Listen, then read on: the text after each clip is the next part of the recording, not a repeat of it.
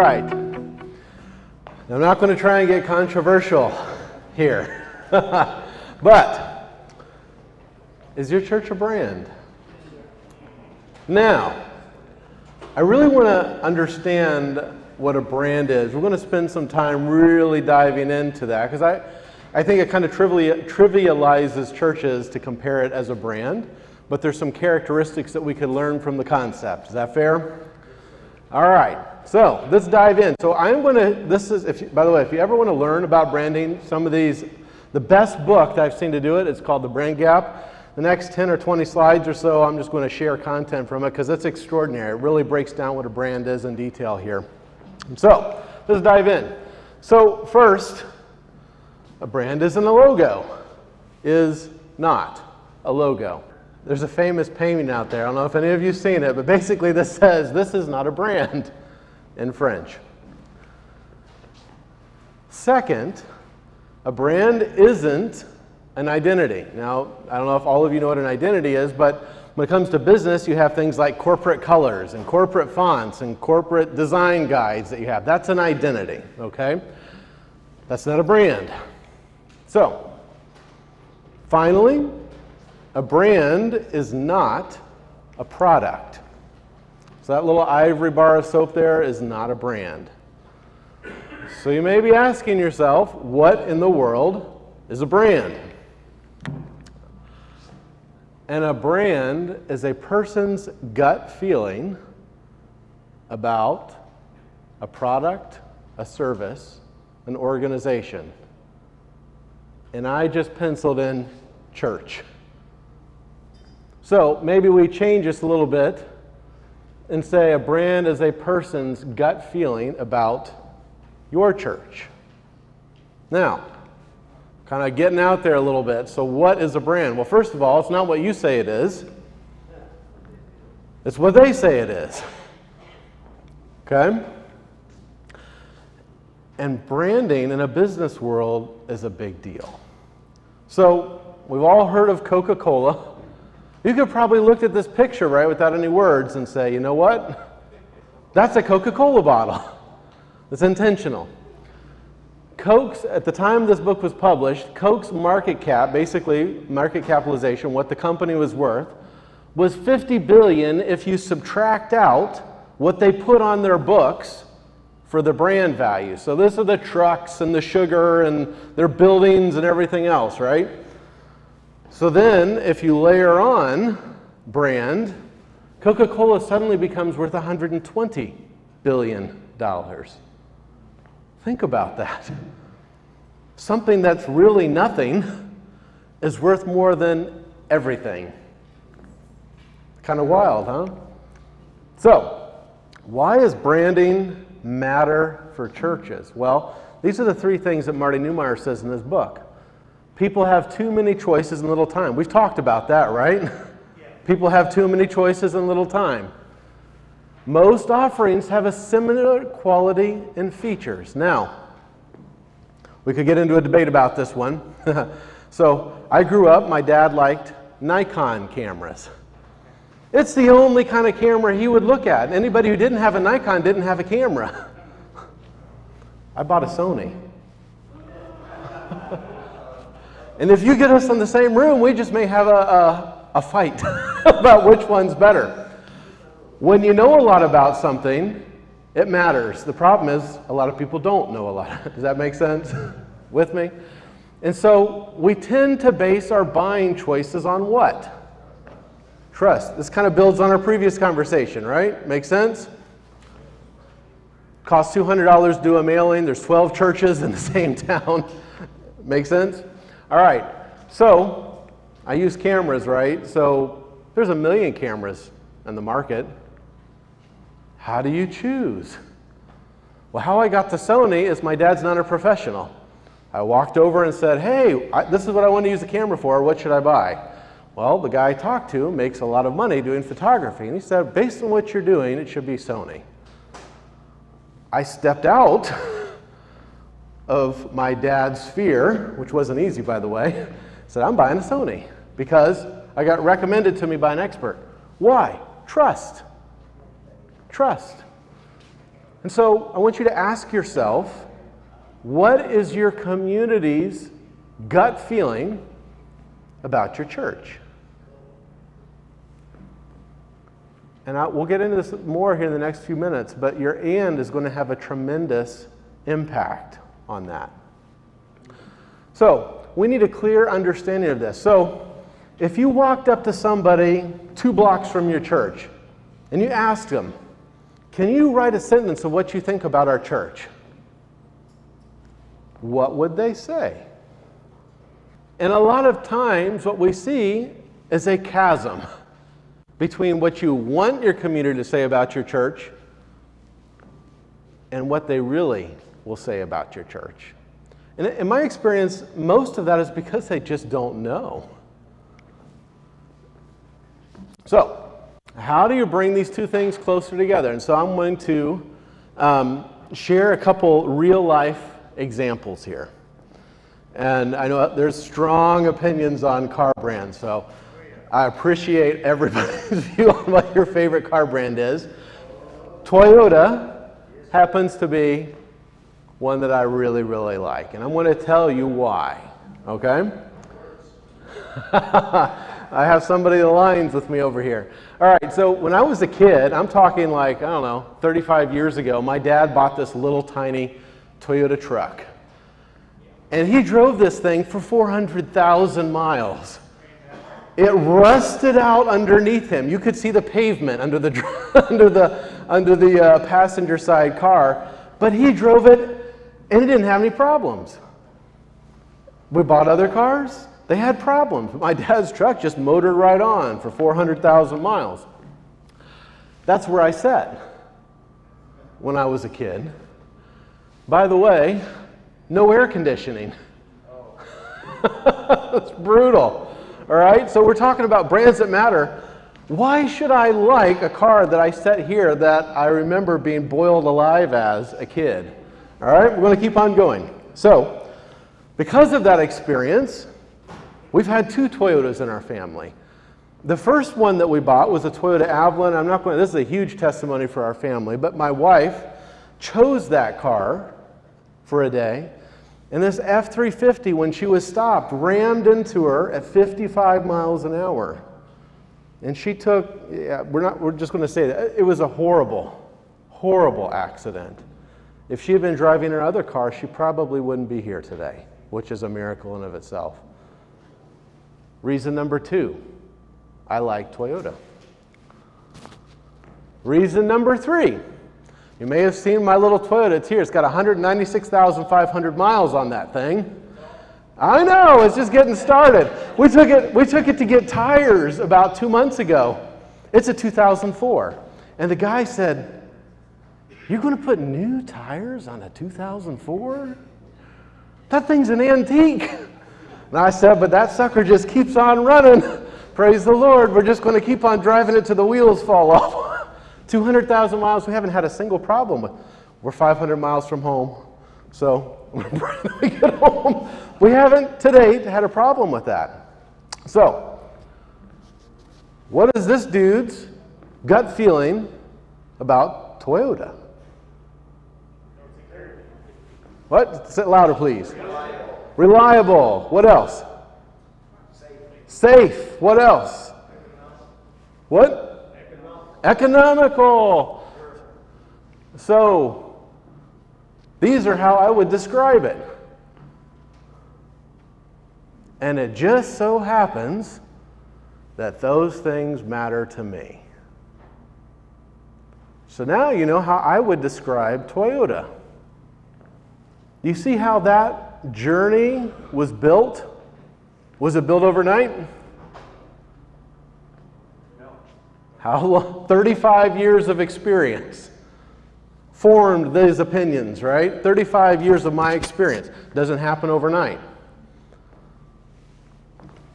A lot of life experiences went into it. And so there's 2 key ingredients for creating a brand kind of in relationship to your church. Consistent action that fills a need in a unique way over time. Motoring in that Toyota for, I don't know, 500,000 miles now. right? Consistent action, it's done good. And consistent recognition that it came from somewhere. Like that action came from an organization, church over time, sometimes decades. I want you to think about this. So what if my dad drove a pickup and it didn't have that little teeny tiny emblem on the front of it? Would I have cared about Toyota? I would have known how to describe Toyota. This cool truck my dad had, if only they made that 1982 truck that my dad drove all over the place, I'd be all set for 400,000 miles. You see? There's that little piece that ties it back that said it represents that brand. And I know where it came from. I think almost every church in here fills a ton of needs. I've not seen a church, I've not worked with a church that doesn't have some really unique community outreach. But in almost all cases, the community doesn't know it's from the church. That piece is broken. And so, what do you want to be known for? And I keep using examples from Anderson because it's where I live. Well, the goal, so we had like, hey, what do we want our church to be known for? And our goal was for the families in our community to live more abundantly through Jesus. Easy to say. Easy to say. But, two things. High level of drugs, started NA meetings. Community, homelessness is high, deliver 300 hot meals every Sabbath. So right now they're up to almost 20,000 delivered meals. You see how that consistent action over time? And guess what's on the front of each one of those meals? The church's logo that says, your Anderson SDA church family loves you. A key little step. But that's why they know that Anderson's their church. See how it's connected? And so 18,000 of these little ambassador lunches have gone out. And people keep associating, well, Anderson helps people in need. Anderson helps people, it keeps getting reinforced over and over and over again. So if we ask people to describe what Anderson Church was about, I wouldn't be surprised if it was very close to that. May not use the word Jesus, but they want to help people in the community. Probably what they would say. Which is what we were hoping they would say. But it didn't happen by accident. Make sense? So let's keep going here. So every interaction with your church is either building trust or it's destroying trust. I want to share some stories here. By the way, what is your favorite thing about going to Olive Garden? Soup and salad, not my favorite, but those are really good. My wife gets them. What else? The breadsticks. I'm looking for something else. Yes! We have the chocolate. Okay. So, it just so happens that I was in Menards the other day, and they have this nice big box of chocolates for $2.98. So that's for you. Now, I want to let him open this right now. I'd like you to open it up. I'm not saying to share it. Not saying to share it. But I'm going to open mine up here so I can show you. So I was so excited. $2.98. This is the best value known to mankind. I want you to take a look at this. I don't know if you can see it. I was so excited about this thing. But it just so happens they have some really creative marketers. These pieces right here are paper. I was devastated. I was devastated when I opened it up because were they lined? Right? 28 pieces. Were they lined? No. When I opened that sucker up, though, was I expecting the 28 pieces to come all the way to the bottom? You bet you. And it just so happens it's this nice green, same colors. That was not accidental, right?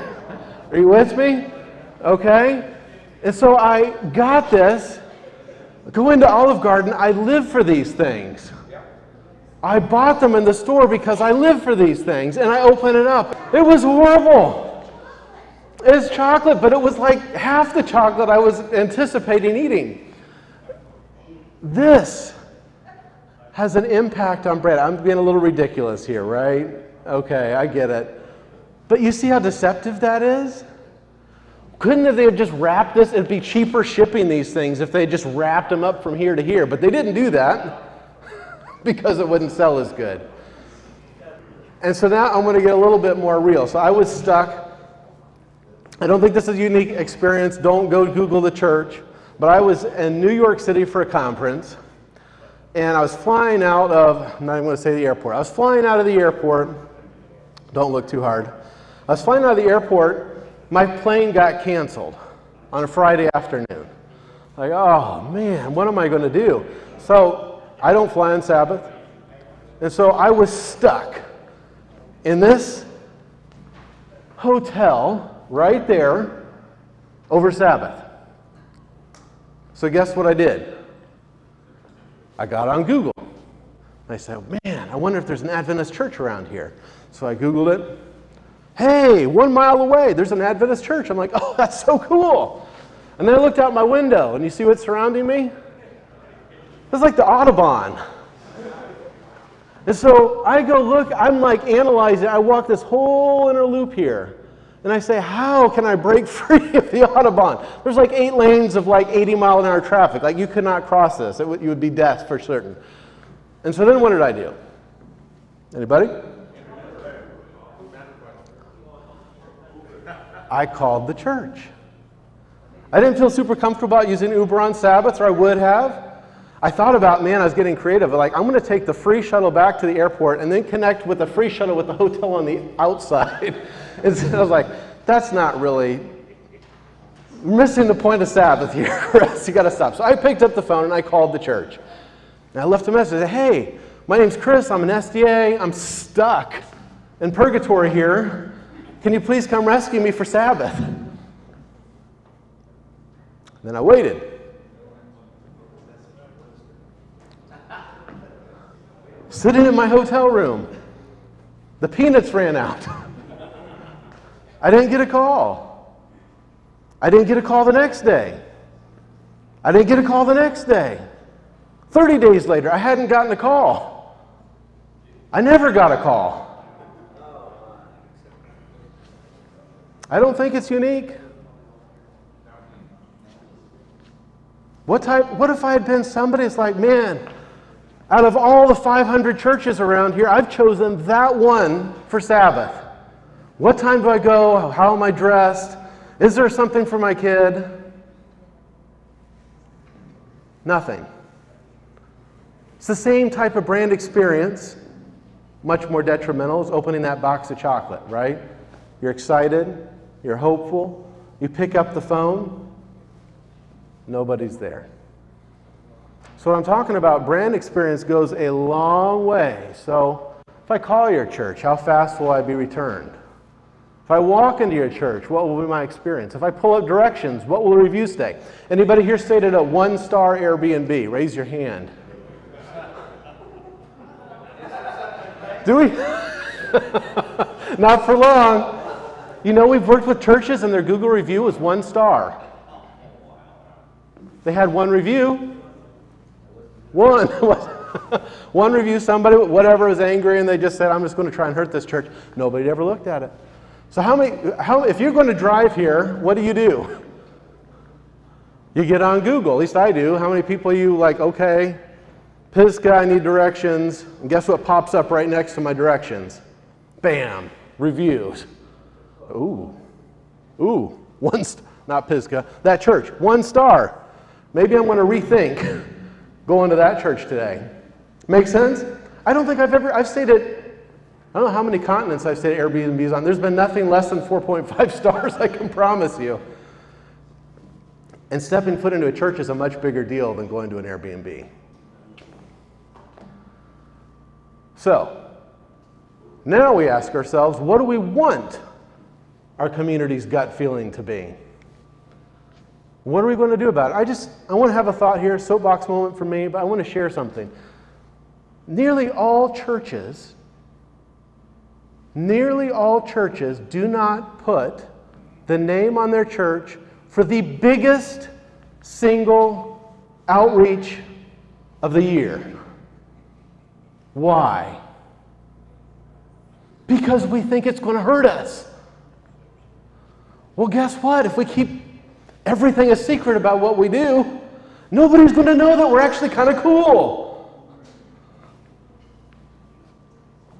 If there's a preconceived idea about our church, we need to do something about it. Guess what? So imagine you're that guy in the wheelchair who didn't come to the church for the free meal in negative 10-degree weather, and you're driving your scooter and you're like, hey, can you please deliver this? And he gets a brochure. One brochure has our logo on it, and the other brochure doesn't have our logo on it. Which one do you think he's going to care more about? The one with the name on it. Why? Because there's trust. You see how that works? We need to flip that into an asset, not a liability. And it's going to take decades, probably, to do it, of consistent effort. But if we keep it a secret, it's not going to happen.